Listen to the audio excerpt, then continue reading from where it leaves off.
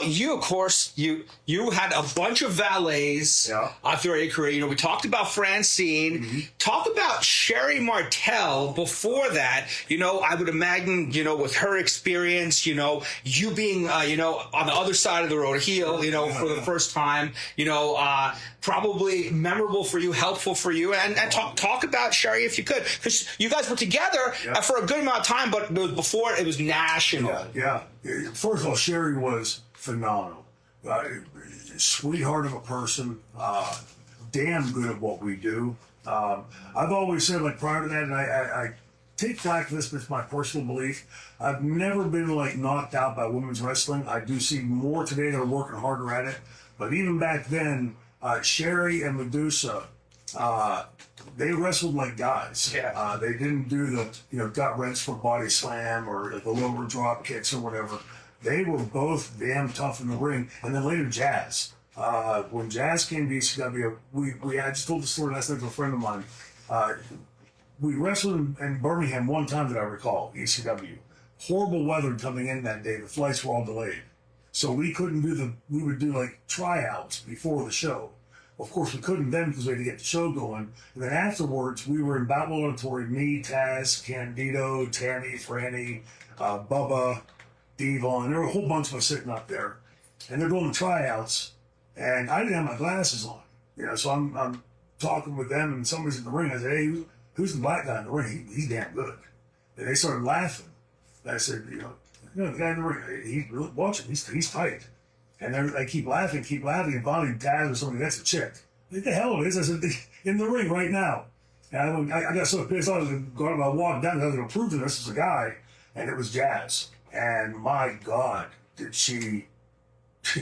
First of all, anybody that knows Jazz, she's just a sweetheart of a person. But my God, tougher than nails in that ring. And I think people like her and Sherri and Medusa and others I'm sure I'm being remiss on, started, you know, bringing that sort of oomph factor into women's wrestling. And if you want to know how tough Sherri Martel was, and all three of them, there was the incident early on in Eastern Championship Wrestling where we did the 60-minute match, the three-way dance. And afterwards, we were at the Marriott, the old Marriott, right off the airport, Philadelphia Airport grounds. 1, 2 o'clock in the morning, we're in one of the rooms shooting this promo.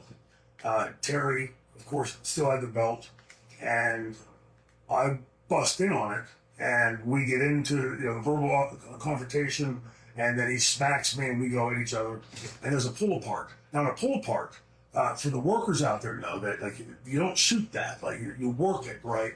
And somebody has me clamped. I don't know who these two people are, but they're vice grips. I can't get loose. And I'm constantly, get back up, get back into this. And when I later watched the playback, it was Sherri Martel. Sherri had scissored me, and I could not get away from her. Tougher than nails inside that ring, but outside the ring, just the sweetest girl you'd like to be around. I mean, she's just a loving, caring person, and she was so damn good at what we do. For like you said, Nick, for me, just becoming a heel, not really knowing what I was doing, having her out there was an invaluable resource for me. The night that we did that three-way dance, at the very end of it, if you watch closely, I roll onto the bottom rope, hard camera side, and I'm blown sky high. I was the only guy that done the 60 minutes. We had the 15-minute start with me and Sabu. Sabu got hurt and left. Here came Terry. Then Sabu came back out. And so they did 45 each, I had done the 60. I was blown sky high, and I'm laying there, and Sherri is right there next to me. And she goes, oh my God, look. And I turned my head, and the fans were giving us a standing ovation. I had never been in a three-way dance. I'd never seen a three-way dance at that point. And to be honest with you, me and Sabu were just sort of hanging on for dear life, following Terry's lead. And at the moment the match ended, I thought we had really screwed it up. It didn't feel like a great match. It just didn't feel like it hit the groove. And every week, Paul would send me the raw footage from that weekend shows to help him with the booking and things. And it's like music. I can't listen to an album one time and love it or hate it. I listen to it over and over and over again. By the 4th or 5th time through, I can get a feel. Either I dislike it or I love it. And the same thing with that. I kept watching the footage and watching. I couldn't tell what it was, but there was something in there that kept you captivated. Like you couldn't. It seemed all herky jerky doing it, but watching it just held your attention. And I kept watching it, and I realized what it was. It was the grittiness of doing the 60 minutes, but it was also that the string that was running through that was Terry Funk. Mm-hmm. That we were both. If you remember in that match, there was a point where he was down on all fours and like running like a dog and headbutting us. And Sabu and I just see it, and we just fall in line feeding it.